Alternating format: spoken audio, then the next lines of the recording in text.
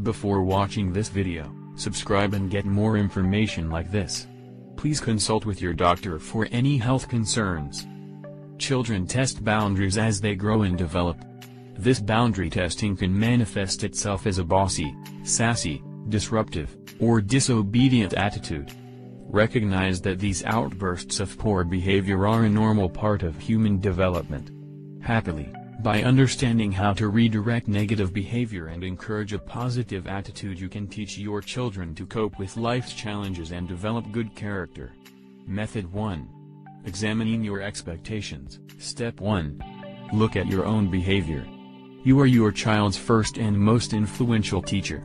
If your own attitude toward life is negative, your child's will be, too. How do you respond in a frustrating situation? How do you treat friends, loved ones, or service workers? What is your reaction if you feel a situation is unfair? Your child absorbs and mirrors the behaviors you teach him or her. Step 2.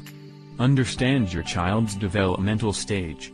Attitude problems signify the challenges your child is facing as he or she grapples with the unique dimensions of each stage along the journey from infancy to adulthood. Toddlers and young children displaying attitude problems are likely testing your reactions to learn the boundaries of proper behavior. Ensure you are an attentive parent when your child is fully engaged in positive play. She'll learn that she needn't provoke your anger to get attention. Children in their early elementary years are old enough to learn from consequences. Elementary school-aged children are also increasingly influenced by the behavior of friends and playmates. Start setting rules about appropriate behavior around adults. As children reach their tween and teen years, they are starting to individuate, or develop their own, unique identity. Your role is to help them through this often bewildering stage with clear expectations, respect, which they need to reciprocate, and plenty of personal attention. Step 3. Know your child's strengths and weaknesses. Consider how your child learns best. Some kids, for example, respond well to auditory instruction, while others are very visual and may need written expectations or physical demonstrations of the behavior you wish to encourage. Understand what your child is and is not capable of achieving. A child struggling with ADHD, for example, may be ignoring you not because she has a poor attitude but because she struggles to process the waves of information she is receiving from the world around her. Children presented with unrealistic expectations can sometimes react by giving up entirely rather than continuing to grapple with what is, for them, an impossible task. Recognize your child's unique starting point and then work from there to set behavior expectations. Step 4. Reflect upon your hopes for your child. Look down the road and think about the attributes you'd like your child to possess. Would you like him to be kind? Prioritize teaching kindness. Would you like her to be responsible? Teach responsibility. If you would like your child to spend time with you during adolescence and young adulthood, spend time with your child while he or she is young. Step 5. Focus on one thing at a time. Pick one behavior to focus upon, and be specific about your parameters. Rather than setting a vague goal such as "I want my child to listen to me," for example, opt for something concrete. "I want my child to complete his or her homework daily." Once you and your child have made substantial progress toward that goal, you can move on to the next step. "I want our conversations about homework to be an attitude-free zone," or "I want to develop a practice of having a kind 5-minute conversation about school with my child daily." Step 6. Remember that goals are about progress. Improvement counts. None of us is capable of perfection. Focus on your child's progress toward meeting your behavior expectations. Avoid becoming discouraged if your child has a bad day. Remember that each morning is a new beginning. Step 7. Be consistent. Say what you mean what you say, and follow through on any stated consequences. Ensure everyone in your household is on the same page. You and your spouse should share the same expectations and follow through with the same consequences. Method 2. Redirecting negative behavior. Step 1. Set clear boundaries.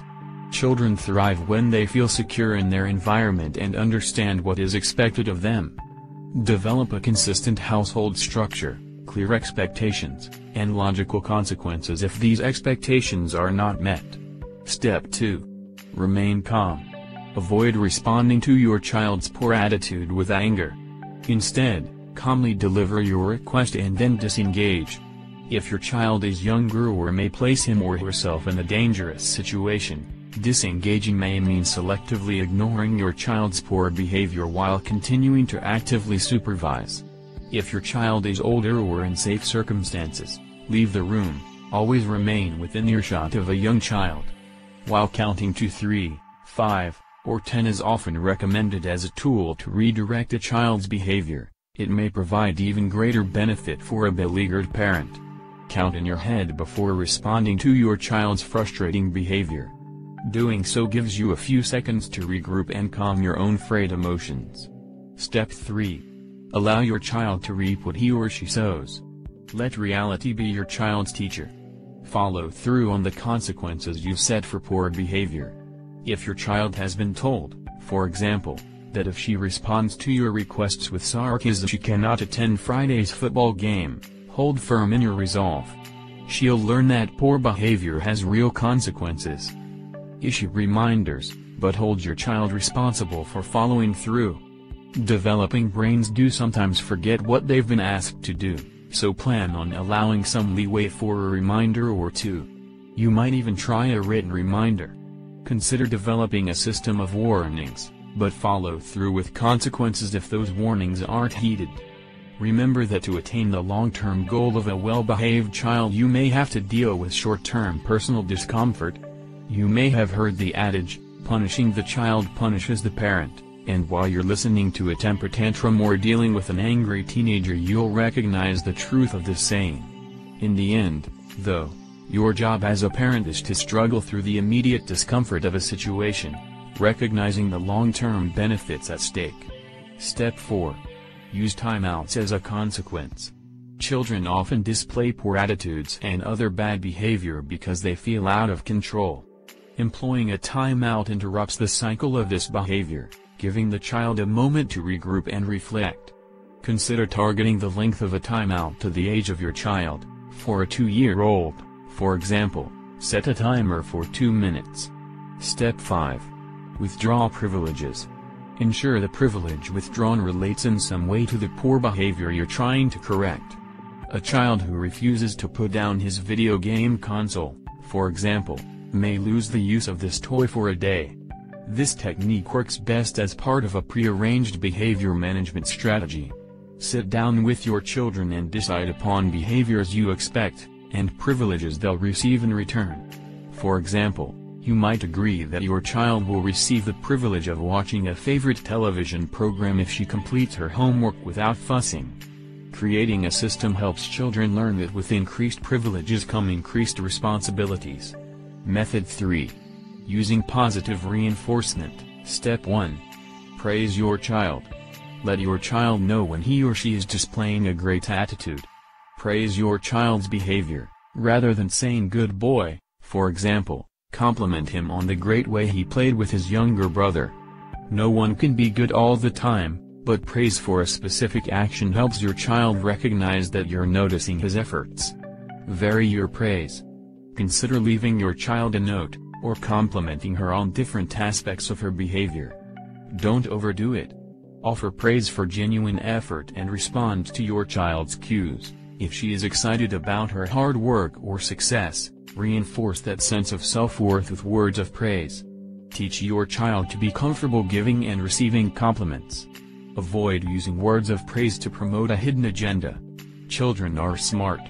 "I like your new wardrobe" will easily be reinterpreted as "thank goodness you've moved on from that style I didn't care for." Step 2. Take advantage of teachable moments. When you see evidence of poor attitudes, or good attitudes, in everyday life, point these out to your child. They'll absorb the lessons of seeing someone throw a fit, and look ridiculous, or politely serve a table, and perhaps receive a tip for their efforts. Children's books can be a great way to provide younger children with examples of how, and how not, to behave. Step 3. Instill self-worth by developing your child's sense of competence. Compensating for your child's poor attitude by taking on tasks she should be doing does her no favors. Children develop a sense of self-worth through learning responsibility for their actions and becoming competent at the basic tasks of life. Use praise and other motivators to provide your child with positive reinforcement when he takes on responsibility. Step 4. Offer motivation. Younger children may benefit from a rewards chart. Connect rewards to the behavior itself. A child working on not throwing a fit when asked to take a bath, for example, might earn a fluffy new towel set in his favorite color. Beware of excessive rewards. Your ultimate goal is to instill self-discipline. Use praise and encouragement to help your child understand that rewards are short-term ways to instill positive behavior. Step 5. Respect your child's point of view. Sometimes parents worry that if they compromise at all, they will lose authority. While you should hold firm on expectations and consequences once rules are set, engaging your child in the rule-making process teaches them valuable decision-making skills. Setting rules together also helps older children feel respected as they start to assert their independence. You may, for example, negotiate a slightly later bedtime, with the proviso that your child spends the extra half hour in bed, reading. Step 6. Use humor. Enjoy your relationship with your child. Be sure you work opportunities for simple fun and enjoyment into your routine. If your relationship with your child is on firm footing, he's much more likely to respond well to gentle, kind-hearted comments that shed light on the sillier elements of a poor attitude. The owner of this channel does not share the opinion nor is responsible for what is expressed in this video. This information does not belong to the creator of this video production, as it was extracted from the source presented on the description here. This production was made only for information purposes and cannot be used as a medical advice, diagnosis or treatment. Subscribe and share this video with your friends on Facebook and Twitter to get more information like this. Thank you for watching our channel. See you next video.